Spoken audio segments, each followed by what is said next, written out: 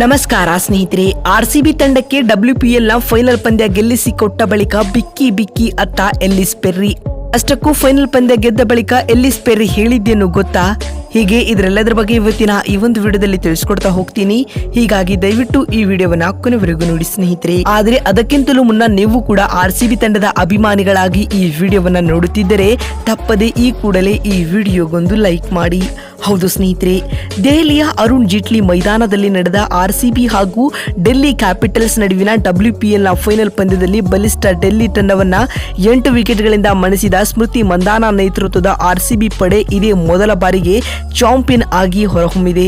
ಈ ಒಂದು ಪಂದ್ಯದಲ್ಲಿ ಟಾಸ್ ಗೆದ್ದು ಮೊದಲು ಬ್ಯಾಟಿಂಗ್ ಮಾಡಿದ ಡೆಲ್ಲಿ ಕ್ಯಾಪಿಟಲ್ಸ್ ತಂಡವು ನಿಗದಿತ 20 ಓವರ್ಗಳನ್ನ ಆಡಲಾಗದೆ ಕೇವಲ 18.3 ಓವರ್ಗಳಲ್ಲಿ ತನ್ನೆಲ್ಲ 10 ವಿಕೆಟ್ಗಳನ್ನ ಕಳೆದುಕೊಂಡು 113 ರನ್ ಗಳಿಸಲಷ್ಟೇ ಶಕ್ತವಾದರು ಸ್ನೇಹಿತರೆ. ಇನ್ನು ಈ ಗುರಿಯನ್ನ ಬೆನ್ನಟ್ಟಿದ ನಮ್ಮ ಆರ್ಸಿಬಿ ತಂಡವು ಕೇವಲ 2 ವಿಕೆಟ್ ಕಳೆದುಕೊಂಡು ಇನ್ನು 4 ಎಸೆತಗಳು ಬಾಕಿ ಇರುವಂತೆಯೇ ಗೆಲುವಿನ ದಡವನ್ನ ಸೇರಿದರು ಸ್ನೇಹಿತರೆ. ಇದರೊಂದಿಗೆ 16 ವರ್ಷಗಳ ಕಪ್ ಬರವನ್ನ ಕೊನೆಗೂ ಆರ್ಸಿಬಿಯ ಮಹಿಳೆಯರು ನೀಗಿಸಿದರು. ಹೌದು ಸ್ನೇಹಿತರೆ, ಕಳೆದ 16 ಆವೃತ್ತಿಗಳಲ್ಲಿ ಆರ್ಸಿಬಿ ತಂಡವು 4 ಬಾರಿ ಫೈನಲ್ಗೆ ಏರಿತ್ತಾದರೂ ಒಮ್ಮೆಯೂ ಕೂಡ ಟ್ರೋಫಿ ಗೆಲ್ಲಲು ಸಾಧ್ಯವಾಗಲೇ ಇಲ್ಲ.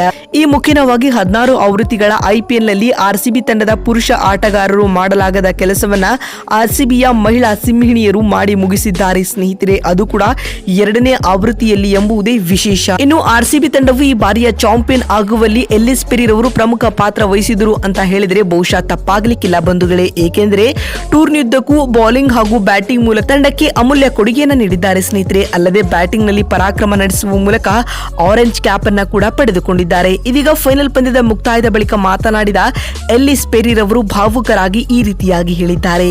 ನಾವು ಕಪ್ ಗೆದ್ದಿರುವುದು ನನಗೆ ತುಂಬಾ ಖುಷಿಯನ್ನ ನೀಡುತ್ತಿದೆ. ನನಗೆ ಆನಂದ ಭಾಷ್ಪವೂ ಕೂಡ ಬರುತ್ತಿದೆ. ನಾನು ಟೂರ್ನಿಯುದ್ದಕ್ಕೂ ನನ್ನ ನಿಜವಾದ ಆಟವನ್ನ ಆಡಿದ್ದೇನೆ. ಪ್ರತಿ ಹಂತದಲ್ಲಿಯೂ ನಾನು ಟೀಮ್ಗಾಗಿ ಏನನ್ನ ಮಾಡಬೇಕು ಎನ್ನುವುದಷ್ಟೇ ಯೋಚನೆ ಮಾಡುತ್ತಿದ್ದೆ. ಅಲ್ಲದೆ ನಾಯಕಿಯೊಂದಿಗೆ ಉತ್ತಮ ಕಮ್ಯುನಿಕೇಟ್ ಮಾಡುತ್ತಿದ್ದೆ. ಮಂದಾನರವರು ಕೂಡ ನನಗೆ ಉತ್ತಮ ಸಾಥ್ ಹಾಗೂ ಸಲಹೆಗಳನ್ನ ನೀಡುತ್ತಿದ್ದರು ಎಂದು ಎಲ್ಲಿಸ್ ಪೆರ್ರಿ ಹೇಳಿದ್ದಾರೆ. ಇನ್ನು ಮಾತು ಮುಂದುವರಿಸಿದ ಅವರು, ನನಗೆ ಆರೆಂಜ್ ಕ್ಯಾಪ್ ಪ್ರಶಸ್ತಿ ಬಂದಿರುವುದು ಕೂಡ ತುಂಬಾ ಸಂತೋಷ ನೀಡುತ್ತಿದೆ ಎಂದು ಹೇಳಿದರು ಸ್ನೇಹಿತರೆ.